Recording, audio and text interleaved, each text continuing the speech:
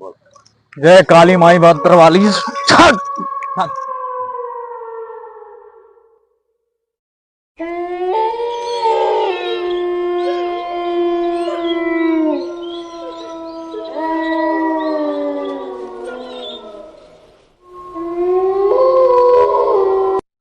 ए बाबा देखी ना हमार बियाह भइले 3 साल हो गए हमारा मरद से लइके नहीं के होकत गांव घर के लोग समाज के ताना मारत। ए बुच्ची तारा मरद से लइका नहीं कहत, हम तो सेवा करे खातिर बैठल बानी। चला कुटिया में लोन तनी के जा बैठा जा देखा जान तो चल हमार अलविन दवा देके चलो बुच्ची।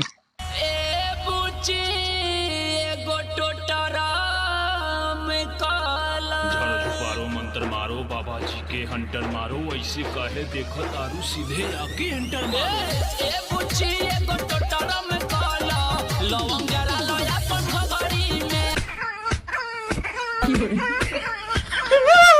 हो बहिनी पानी पानी लागल छपा गाली धरे कि मरल सब घरे घरे रमरते रहिनी घरे।